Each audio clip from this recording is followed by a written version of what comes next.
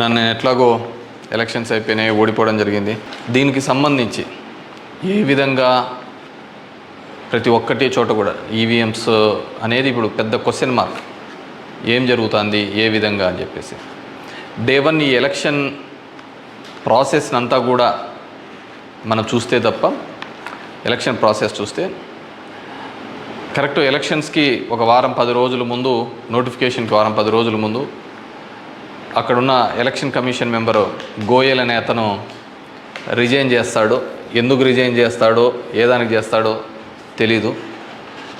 తర్వాత అంతకుముందు వరకు ఉన్న ఒక చట్టం, ఒక ఎలక్షన్ కమిషన్లో ఒక మెంబర్ని అపాయింట్ చేయాలన్న దానికి ప్రధానమంత్రి, ప్రతిపక్ష నాయకుడు, చీఫ్ జస్టిస్ ఆఫ్ ఇండియా ఈ ముగ్గురు సమక్షంలో ఎన్నుకోవాల్సిన దాన్ని మళ్ళీ ఒక కొత్త చట్టం తీసుకొని వచ్చి ప్రతిపక్ష నాయకుడు, ప్రధానమంత్రి, క్యాబినెట్ సహచరుడు అని పెట్టి తీసుకొని వచ్చి ఒక కొత్త వ్యక్తిని తీసుకొని రావడం జరిగింది.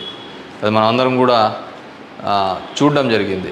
కానీ ఏం చేస్తారంటే బ్యూటీ ఆఫ్ డెమోక్రసీ, ఏ విధంగా కావాలంటే వాళ్ళ ఆ విధంగా చేయడం జరిగింది. ఈరోజు నేను కొన్ని ఉదాహరణలతో, నేను ఆంధ్రప్రదేశ్ దీని గురించి మాట్లాడితే మీరు ఇట్లా ఓడిపోయినారు కాబట్టి ఏమైనా చెప్తా అంటారు, ఏమైనా మాట్లాడుతూ అంటారు, ఏం అప్పుడు లేదా ఇప్పుడు లేదా అని కూడా మాట్లాడుతూ ఉంటారు. నేను ఇంతకుముందు కూడా చెప్పా, ఏ విధంగా కేవలం ఒకటి మాత్రమే ప్రశాంత్ కిషోర్ ఏ విధంగా చెప్తాడు, కేకే సర్వే అనే వాళ్ళు ఏ విధంగా చెప్తారు, లేకుంటే అశ్విని దత్ అనే అతను ఏ విధంగా చెప్తాడు 160 అని చెప్పేసి. ఎందుకంటే ప్రజల నాడి ఎవరికి దొరకలేదు, అందలేదు అనేది వాస్తవం. అలాంటప్పుడు వీళ్ళు ఏమాత్రం గ్రౌండ్ రిపోర్టు చేయని వీళ్ళకి ఏ విధంగా తెలుస్తుంది? One thing. ఏదైనప్పటికీ కూడా నేను కొన్ని పత్రికల్లో వచ్చిన ఆర్టికల్స్, అదేవిధంగా మిగతా దానిలోకి వచ్చిన ఆర్టికల్స్ని దృష్టిలో ఉంచుకొని మీ ముందు కొన్ని ఉదాహరణలు తీసుకొని రావదలుచుకున్నాను. ఇక్కడ చూసినామంటే తమిళనాడు రాష్ట్రంలో తిరువల్లూరు నియోజకవర్గంలో ఇది పార్లమెంట్ వైజ్గా నేను చెప్తున్నాను, టోటల్ 14,30,738 ఓట్లు పోల్ అయింటే, కానీ ఈవీఎం మాత్రం కౌంట్ చేసినప్పుడు 14,13,941 ఓట్లు 47 ఓట్లు చూపించాడు. అంటే 16,791 ఓట్లు కౌంటింగ్ చేసిన దానికంటే పోలైన ఓట్లు తక్కువగా ఉన్నాయి తిరువల్లూరు అనే విధంగా. అదేవిధంగా అస్సాంలో చూస్తే 10,760 ఓట్లు తగ్గినాయి. అంటే వీళ్ళు కౌంట్ చేసిన దానికి, వీళ్ళు ఈవీఎంలో ఇచ్చిన దానికి పోలింగ్ అయిన దానిలోకి చూస్తే, పోలింగ్ అయినది చూస్తే 12,40,306 అయితే ఈవీఎంలో కౌంట్ చేసిన దానిలకు 12,29,546 ఓట్లు ఉన్నాయి, 10,760. ఒడిస్సా ధనకల్ అనే చోట 11,93,460 ఓట్లు ఈవీఎంలలో పోలయింటే, ఈవీఎంలు కౌంట్ చేసినప్పుడు మాత్రం 11,84,33,000 9,427. అదేవిధంగా గుంటూరు, మన ఆంధ్రప్రదేశ్లో చూస్తే 14,11,989 పోల్ అయింటే, కౌంటింగ్ చేసినప్పుడు 14,04,061 ఓట్లు 7,928 ఓట్లు పోలైన దానికంటే ఈవీఎంలలో తక్కువగా కనపడడం జరిగింది. అదేవిధంగా ఎక్సెస్ వచ్చినాయి, అంటే పోలైన దానికంటే ఈవీఎంలలో ఎక్సెస్ రావడం జరిగింది. ఆ సంఖ్య చూస్తే అస్సాంలో కరీంగంజ్ అనే చోట చూస్తే 11,36,538 ఈవీఎంలలో పోలయింటే, ఎంచే టైంకి 11,40,349, అంటే 3,011 ఓట్లు పెరిగినట్టు కనపడినాయి. అదేవిధంగా ఒంగోలులో చూస్తే ఈ 13,99,707కి కౌంట్ చేసినప్పుడు 14,11,174 ఓట్లు. అదేవిధంగా ఒడిస్సా దాంట్లో బలాస్పూర్, మధ్యప్రదేశ్లో మండ్లా, అదేవిధంగా బీహార్లో బుక్సర్, ఇవన్నీ చోట పోలైన ఓట్ల కంటే ఈవీఎంలలో పెరిగిన ఓట్లు ఇవి. అదేవిధంగా ఇక్కడ పోలైన ఓట్ల కంటే ఇక్కడ తగ్గిన ఓట్లు. ఇది ఓవరాల్గా కూడా చెక్ చేసుకుంటే వచ్చిన విషయం. రెండో దానికి చూస్తే టోటల్ ఈ విధంగా చూస్తే దేశవ్యాప్తంగా 140 నియోజకవర్గాల్లో ఈ విధమైన ఓటు డిఫరెన్సెస్ జరిగినట్టు మొత్తం దీనిలో ఫామ్ 17C దీనిలో చెక్ చేసిన చోట మనము చూడడం జరిగింది. పైకెత్మా. అదేవిధంగా ఈ విధంగా 16,000 ఓట్ల నుంచి ఈ విధంగా చేయడం జరిగింది. మే 25 ఈసీ రిలీజ్ చేసిన దాని ప్రకారము ఒక్క నిమిషం, ఇవన్నీ కూడా చిన్నవి మాక్ ఓటింగ్లలో జరిగినవి ఇవన్నీ అని చెప్పేసి వాళ్ళు చెప్పడం జరిగింది. ఇంకా ఏమంటే ఫామ్ 20 ఇంకా ఇంతవరకు ఆన్లైన్లో కూడా అప్లోడ్ కాలే. మామూలుగా ఇవన్నీ ఆన్లైన్లో అప్లోడ్ కావాల్సిన విషయం. ఎందుకో అవన్నీ చెప్పచ్చు, లక్షల మెజార్టీలలో వస్తున్నప్పుడు ఈ 1000, 2000, 3000 ఎందుకు ఈ విధంగా అని చెప్పేసి నేను దాంట్లో కూడా కొన్ని ఉదాహరణలు చెప్తాను. దీనిలో సంబంధించి చూస్తే మొదటిది ముంబై నార్త్ వెస్ట్ మహారాష్ట్ర దానికి సంబంధించి మొత్తం ఈవీఎంలలో పోలైన ఓట్లు 9,51,580 ఓట్లు మొత్తం పోలైనాయి.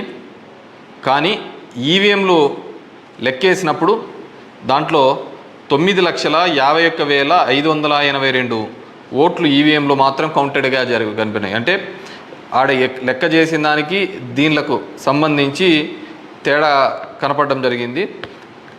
కానీ అక్కడ ఏం జరిగిందంటే శివసేన యూబీటీ అభ్యర్థి డిఫీటింగ్ అమోల్ గజనాన్ అనే అతన్ని 48 ఓట్లతో మాత్రమే అక్కడ ఓడించడం జరిగింది. అదేవిధంగా సెకండ్ కేసులో చూసినాము అంటే జైపూర్ రూరల్లో రాజస్థాన్లో 12,38,818 ఓట్లు ఈవీఎంల ద్వారా పోలయింటే కానీ ఈవీఎంలలో లెక్కించినప్పుడు మాత్రం అది 12,37,966 ఓట్లుగా మాత్రమే చేయడం జరిగింది. 852 ఓట్లు అక్కడ కౌంట్ కాలే. 852 ఓట్లు అక్కడ కౌంట్ కాలేదు. బీజేపీకి సంబంధించిన రావు రాజేందర్ సింగ్ అనే అతను ఈ సీట్ని గెలవడం జరిగింది. అతను గెలిచిన దానికి మార్జిన్ 1,615 ఓట్లు, 1,615 ఓట్లతో ఆయన గెలవడం జరిగింది. 1,600. కానీ అక్కడ వచ్చిన తేడా 852. ఇది ఇట్లా మారిపోయినా ఇది ఇట్లా గెలిచిందో అంటే ఆ లోయెస్ట్ మార్జిన్. ఎందుకని థర్డ్ కేసు కంకర్ ఇన్ ఛత్తీస్గఢ్ అక్కడ పోలైన ఓట్లు 12,61,103 ఈవీఎంల ద్వారా ఓట్లు పోలైంటే ఈవీఎంల ద్వారా మనకు ఫామ్ 17లో ఇచ్చినప్పుడు ఈవీఎంల ద్వారా ఉండేది. కానీ లెక్కేసినప్పుడు 12,60,153 ఓట్లు అక్కడ కౌంటెడ్ అని 950 ఓట్లు ఆడ కౌంట్ చేయలే, మిస్ అయినాయి. ఎట్లా మిస్ అయినాయో తెలియటంలే, ఎక్కడ కనపడటంలే. దాని ద్వారా బీజేపీకి సంబంధించిన భోరో రాజ్ నాగ్ అనే ఇతను గెలవడం జరిగింది. 1,884 ఓట్లతో గెలవడం జరిగింది ఇతను. Fourth case Farrukhabad in Uttar Pradesh 10,32,244 EVM ఓట్లు పోల్డ్ అయితే కానీ ఈవీఎంలలో చెక్ చేస్తే ఫామ్ 17 ఒక విధంగా ఉంది, దీనిలో చెక్ చేస్తే 10,31,740 ఈవీఎం ఓట్స్తో ఉన్నాయి. 460 ఓట్లు కౌంట్ చేయలేదు. ముఖేష్ రాజ్పుత్ అనే అతను గెలిచినది 2,678 ఓట్లతో. ఇటు గెలుపోవటంలో కంటే మార్జిన్ కంటే అసలు ఈ ఓట్లన్నీ ఎక్కడికి పోతున్నాయి, ఎక్కడికి మిస్ అయిపోతున్నాయి. అండ్ ఈ కేసులలో చూస్తే ఇవి అసలు వీవీప్యాట్లను కౌంట్ చేయాలని, అదేవిధంగా 100% ఇవన్నీ మాల్ ఫంక్షన్గా జరుగుతున్నాయని చెప్పినా కానీ మార్జినల్ ఎల్లరని, అదేవిధంగా సర్ప్లస్ ఓట్లు ఎందుకు వచ్చినాయనే విషయాన్ని ఇంతవరకు కూడా ఎలక్షన్ కమిషన్ చెప్పలేకపోయింది. అదేవిధంగా పార్లమెంట్ వైజ్గా ఎక్కడ తగ్గినాయి ఏ విధంగా అని చెప్పేసి ఇంతవరకు ఒక రీజనబుల్ స్టేట్మెంట్ కూడా ఇవ్వలేకపోయింది. ఈవీఎంలలో ప్రతి దానిలోనూ కూడా ప్రతి పార్లమెంటుకు సంబంధించి ఈ విధంగా తక్కువ ఎక్కువ వచ్చినట్టు కూడా వాళ్ళు చూపించలేని పరిస్థితి. ఎందుకంటే ఇది గెలుపోవటంలో సంబంధించిన సమస్య కాదు. ఎలక్షన్ కమిషన్ ఇంకా ఫామ్ 20 అనేది అప్లోడ్ కాకపోవడం, ఎలక్షన్ కమిషన్ కేవలం ఒక 10 రోజుల ముందు ఎందుకు అతను రిజైన్ చేసినాడు, ఏ కారణాల వల్ల రిజైన్ చేసినాడు, ఎన్నుకునే పద్ధతిలో పాత పద్ధతిని తీసేసి కొత్త పద్ధతి ద్వారా ఎందుకు ఎన్నుకోవాల్సి వచ్చింది, ఎందుకు మిగతా వాళ్ళందరూ కూడా చాలా అర్లీగా ఇది 400 అని ప్రిడిక్ట్ చేస్తూ ఒక భావన చెప్పడం. మనం టీవీలలో కూడా చూసినామంటే ఆంధ్రప్రదేశ్లో 9:30, 10 కల్లా కూడా అసలు కౌంటింగ్లో అనేది ఒక రీజనబుల్కి రానిదే 100, 150, 120 అని ప్రొజెక్ట్ చేసినారు. అసలుకు వైసీపీ సీట్లు 25 కంటే దాటి చూపిలా. అసలుకు మొదట అర్ధ గంటలోనే మొత్తం నియోజకవర్గం అంతా ఏ విధంగా చూపిస్తారు, మొత్తం రాష్ట్రం అంతా ఏ విధంగా రిప్రజెంట్ చేస్తారు. సో ఆ విధంగా రిప్రజెంట్ చేయడానికి ఏంటంటే బేసిక్గా అక్కడున్న ఏజెంట్లు కావచ్చు, అధికారులు కావచ్చు, వన్ సైడెడ్గా పోవడం కోసం ఆ విధంగా చేసినారు. ఆ విధంగానే ఉండడంతో ఆల్మోస్ట్ వాళ్ళందరూ కూడా 10:30 నుంచి బయటికి రావడం మొదలుపెట్టినారు. ఏం జరిగింది అనేది అసలు ఎవరికే కానీ అర్థం కాలేదు. టీవీలలో చూసినాము అంటే అసలు 8:30 అంటే 9:30 కల్లా 100, 150 సీట్ల లేక వచ్చేసినాయని ఎలివేషన్స్ అన్నీ ఇవ్వడం జరిగింది. సో ఏ విధంగా మీడియా ఎలక్షన్ కమిషన్ వెబ్సైట్లలో పెట్టలేదు, అక్కడ ఆ విధంగా ప్రాజెక్టు కాలేదు. కానీ వీళ్ళంటూ వీళ్ళే మొదటే చేయడం వల్ల ఏంటంటే దానివల్ల ఏజెంట్లు అక్కడ నుంచి వెళ్ళిపోతారని చెప్పేసి, అదేవిధంగా ఉద్యోగస్తులందరూ కూడా వన్ సైడెడ్గా జరిగిపోతే ఏజెంట్లు అందరూ పోయినారంటే వీళ్ళు రాసుకునేదే రాత అయిపోతుంది కదా. సో ఆ విధంగా అబ్జల్యూట్ మెజారిటీస్ ఇదైతే అంటది. అదేవిధంగా సో ఇదంతా కూడా మనం నిజమైన ప్రజాస్వామ్యంలో దొంగ ఓట్ల మీద ఉన్నామా, లేకుంటే ఈవీఎంలో మిషనరీస్ మీద పనిచేస్తున్నామా, నాకు ఓడిపోయినానని నేను బాధతో కాదుగా చెప్తున్నానని కానీ అందుకే నేను ఆంధ్రప్రదేశ్ స్టేట్ గురించి ఎక్కడ చెప్పలే. దేశంలో జరిగినది వివిధ దీనిలలో చెప్పినది. ప్రశాంత్ భూషణ్ కూడా ఆయన సీనియర్ లాయర్గా కూడా ఆయన కూడా పోరాడుతున్న సందర్భం చూసాం. సో ఇది మనం మాట్లాడకపోతే, ఎందుకంటే మేము ఎక్కడైనా ఊర్లలో పోయినా కానీ, ఊరు నుంచి వచ్చినా కానీ, టౌన్లో కానీ మిగతా వాళ్ళన్నా మేము వేసామని చెప్తున్నారు. మరి వేసింటే ఓట్లు ఎక్కడికి పోయినాయి, ఎవరికి పోయినాయి? ఎక్కడి నుంచో వచ్చి 3,000తో గెలుస్తామని చెప్పేసి ధర్మవరంలో 2 నెలల నుంచి చెప్తున్నారు. ఏ విధంగా ఆ ఫిగర్ అచీవ్ అయ్యి 3 నెలల నుంచి చెప్తుంటారు? So it's a big question mark. So there is completely ఏదో ఒక సెక్షన్లో అయితే మ్యానిపులేషన్ జరిగింది. ఇప్పుడు ఏం చేసేది ఎందుకు కాదు, కానీ జస్ట్ ప్రజలందరూ కూడా మనం అందరం వివేకంగా ఆలోచించుకొని డెమోక్రసీ ప్రజాస్వామ్యాన్ని ఇదే పెట్టుకుంటూ పోతా అంటే మోడీ 3 అవుతుంది, మోడీ 4 అవుతుంది, మోడీ 5 అవుతా ఉంటుంది. ఇంక జనం యొక్క ఓటుకు దాని విలువకు ఎటువంటి విలువ ఉండలేని పరిస్థితి మనం చూడగలుగుతాం. So these are all planned and స్క్రిప్టెడ్గా అంతా కూడా జరిగిందని పూర్తిగా నేను నమ్ముతున్నాను. పబ్లిక్ జనం కూడా అదే విధమైన ఆలోచనలతో ఉన్నాయని నమ్ముతున్నాను. వాట్ ఎవర్ మేబీ నాకు కూడా ఈ 5 ఏళ్ళు కూడా జనాలు మీరు ఇంకా తిరిగినే చాలు, చేసినే చాలు, ఇది చాలు అని చెప్పేసి ఒక బ్రేక్ ఇచ్చినట్టుగా ఉంది. కానీ బ్రేక్ ఇచ్చినా తప్ప నాకు రాజకీయాలు తప్ప వేరేది ఏమీ తెలియదు కాబట్టి డెఫినెట్గా నా గొంతును వినిపిస్తూనే ఉంటాను. అన్ని విధాలుగా కూడా ఎక్కడెక్కడ ఏ తప్పులు జరుగుతున్నా కానీ, అది నియోజకవర్గ వ్యాప్తంగా కావచ్చు, రాష్ట్ర వ్యాప్తంగా కావచ్చు, దేశవ్యాప్తంగా కావచ్చు, ఖచ్చితంగా ఇంకా ఇట్లా కాకుండా నేనేం వేరే వాళ్ళను బూతులు తిట్టేది ఇంకోటి ఆ అవసరం లేదు. జనాలకు ఎంతో కొంతమంది కన్నా సరే నాకు తెలిసిన విషయాన్ని షేర్ చేసుకోవాలనేది ఒక ఆలోచన విధానంగా అనుకున్నాను. డెఫినెట్గా ఐ విల్ కంటిన్యూ దట్. ఎందుకంటే చూస్తున్నాం అక్కడక్కడ జరిగినవి ఇవన్నీ కూడా. ఐ వాంట్ టు గివ్ ఎన్నుకున్న ప్రభుత్వానికి కూడా వాళ్ళకు కూడా మనం కూడా ఒక 6 months మనం కూడా టైం ఇవ్వాలి. వాళ్ళు ఏం చేస్తారు, వాళ్ళు ఇచ్చిన మాటను ఏం చేస్తారు, ఏ విధంగా కట్టుబడి ఉంటారు అనేది చూడాలి. ఎన్నెన్నో వాగ్దానాలు ధర్మవరానికి ఇచ్చినారు, రాష్ట్రానికి ఇచ్చినారు, చాలా వాగ్దానాలు ఇచ్చినారు. కాదు అవి ఎంతవరకు నెరవేరుస్తారు, లేదు కేవలం కక్ష సాధింపు చర్యలతోనే మిగిలిపోతారా, ఇవన్నిటినీ కూడా కాలమే సమాధానం చెప్తుంది.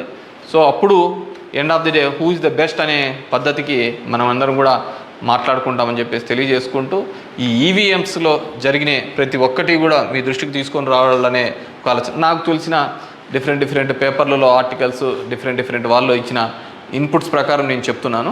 సో ప్రతి ఒక్కరికి ఓటు హక్కు కల్పిస్తానన్న ఈసీ మరి ఇన్ని టోటల్ ఓట్లు వేసిన దానిలో చూస్తే దేశవ్యాప్తంగా 362 నియోజకవర్గాల్లో 5,54,598 ఓట్లు మిస్ అయినాయి, కనపడటం లేదు.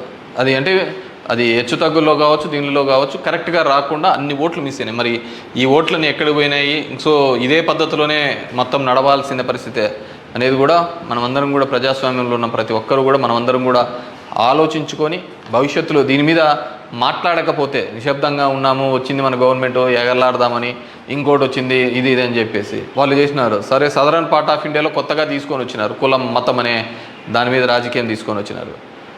కానీ ఇవన్నిటినీ కూడా ఆలోచించాలి. డెమోక్రసీని మళ్ళీ మనం అందరం కూడా నిలబెట్టాలి అంటే కూడా ఇవన్నిటినీ కూడా ప్రజలు ఆలోచించుకొని వారి గలమిప్పి వారందరూ కూడా వీటి మీద మాట్లాడాల్సిందిగా కోరుతున్నారు.